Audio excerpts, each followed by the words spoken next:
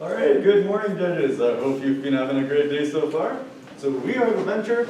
My name is Sayed, I'm Danica. and we're doing a case on Spruceland Properties Incorporated. Let's get right into it. We have our problem, which is how can Spruceland Properties increase the value for its shareholders? So then we had our qualitative analysis, which began with our SWOT. So we have our strengths, which is the community, because this company is very community-oriented, even though it's grown past that a bit. And then we have our weaknesses, which is the shareholder value. Their shares are as much as they could be. Then we have our opportunities, which we have the option to sell. And then our threats, which is the uncertain Alberta economy. All right, so the next qualitative analysis we looked at was our poorest 5 forces. So just briefly, our key points that we looked at was the threat of new entrants is low. Spruceland Properties Incorporated has that first mover advantage. They've been in the region, and they're really solid in the region. That's why they don't have a lot of threat from competitors either. They've got a lot of community support. They've been there for a long time. And as a social enterprise, they have a good relationship with the suppliers, and they've built a lot of joint ventures as well. So they don't have a lot of threat from suppliers either. So next, we'll go over our next analysis. Okay, so our shareholders and the board have high power and high interest because the shareholders, they have voting power, with any company decisions, and the board, they approve any decisions made by the CEO. And they both have high interest because they've been with the company for 45 plus years. Then with the community, they have low power because they don't really have any say in what the company does with their money, and with high interest because many of the people within the community still work with Spruceland Properties. Great. All right. So just to sum up our qualitative analysis, just some important key factors. Is that Spruceland Properties has a strong position in the region. It's been there for a long time. It has a strong relationship with its shareholders and with the community as well. It has a lot of community support. It has a story going behind it as well. And like Danica mentioned, the financial future is a little uncertain because this case was from 2015, and at the time, oil prices dropped from $100 per barrel to $50 per barrel. So it's really uncertain how much they're going to keep falling. All right, just a quick quantitative analysis for you guys. So we looked at some key financial ratios. So our current ratio is currently 2.06, which means our liabilities are covered. Our return on assets has increased from last year, and return on equity has increased from last year, which means we're in a pretty good spot at the moment. And let's get right into our strategic alternatives. So what should we actually do? All right, so we've named our alternatives accordingly. So C is to restructure the company and divest our assets. Really make it smaller in the community, or we could branch out and expand. Buy up companies who are having problems in the economy or are selling. Or New Leaf. Yeah, our final alternative is alternative New Leaf, where we actually dissolve the company. In the case, it talks about an initial offer that offered to buy most of Spruceland Properties' assets. And so maybe that's something we could look at in order to deal with the financial situation that we are in right now. And in order to make a good decision, we made our decision matrix. There are 4 key factors that we looked at. So the regional advantage that Spruceland Properties has right now. We looked at the value for shareholders. We looked at our community story because that was really important for our shareholders at the moment. They've been, like Danica mentioned, nearly 75% of our shareholders are from the Slave Lake region, so they have good ties in the community.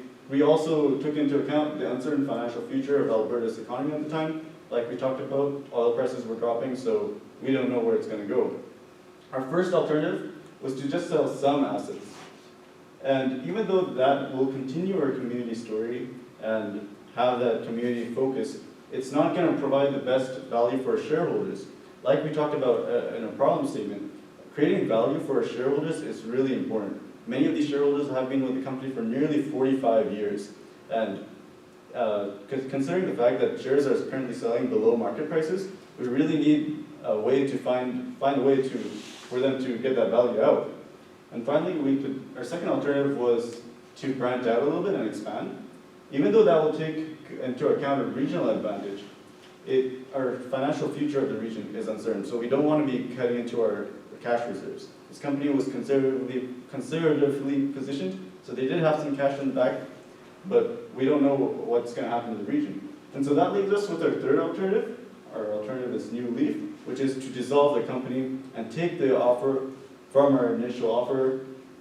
And that makes it a really attractive opportunity, considering that addresses both our value for shareholders and the fact that our financial future is uncertain. We tried to look at both the financial side and the community side, so that makes our New Leaf alternative the most attractive alternative.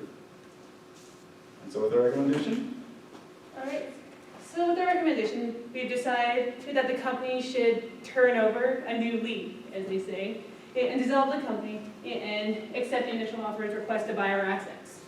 right? So a little bit more specific into our justification. So as the case talked about, there are key factors that we want to look at. So interest rates at this point were dropping, capitalization rates were down, and appraisals were up. So that means if there was a time to sell, it would be now. Now is a really good time to sell if we want to dissolve the company. Another point we brought up was the board also considered this opportunity, and it found that this opportunity could be a great opportunity for shareholders and the corporation as well. And finally, our share price is really important. As we talked about, our shareholders have been with the company for a long, long time, but their shares have been selling below market prices.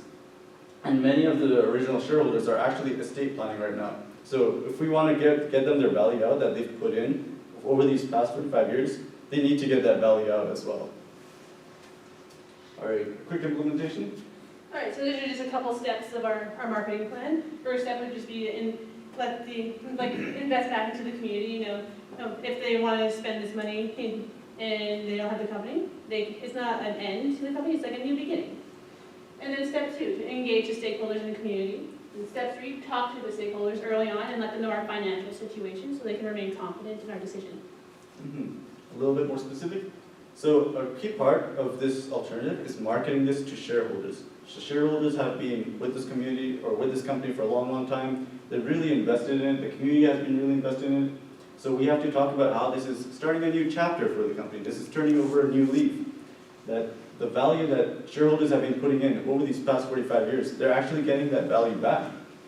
And we also want to point out that the initial offer that's offered to buy our assets has experience in Western Canada. So they will have experience working in the region, they will have experience working in different communities as well. And we want to talk about the story behind the company as well. It has helped enrich people socially and financially with nearly $11 million in dividends. It's involved the local community a lot. And now, by turning over a new leaf and divesting the company, we can open up a chance for new investments and a new beginning for the region. All right, a quick implementation. So we definitely want to work with lawyers and consultants. We want to get our legal and financial work done first. We want to start engaging our community and shareholders early on because they've had an important stake in this entire process, so we definitely want to get them involved. Same with our employees. All right, then we can collect our accounts receivable, any money owed to us. And then we can finish off our paperwork, really push this sales through, finalize everything, and then sell the assets to initial offer over a number of years. Great. So like we talked about, just a little bit more specifically, within our 3 months, we want to start working with our lawyers and consultants, want to start engaging our shareholders, start our paperwork. In our intermediate term of 6 months, we want to continue engaging our employees and community, and we definitely want to begin divesting our assets by this point, at the end of this time. And finally, in the long term, 5 years, we want to have our $123 million in assets divested. We want our shareholders to gain that value back that they've put in.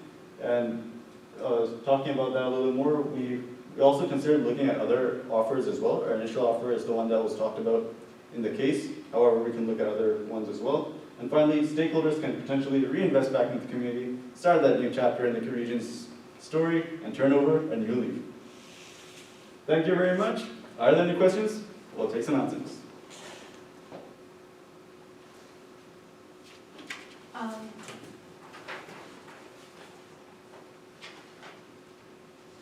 man.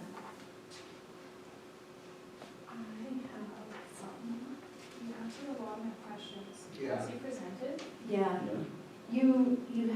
Yeah, you are, but I will ask, I'll go back and I will ask,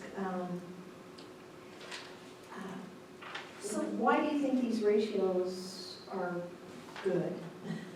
Okay, so... So, because you gave us current ratio of 2.06, you gave us return on assets of 9.73, and you gave us return on equity of .01, and you showed them all increasing and liabilities covered. Mhm. So, So that was making sure our liabilities were covered was important, especially if we were going to go on and divest the company. So that way, once we start paying off our liabilities, we want to be able to do that, right? Okay, And for our other two ratios, we looked at our assets and our equity.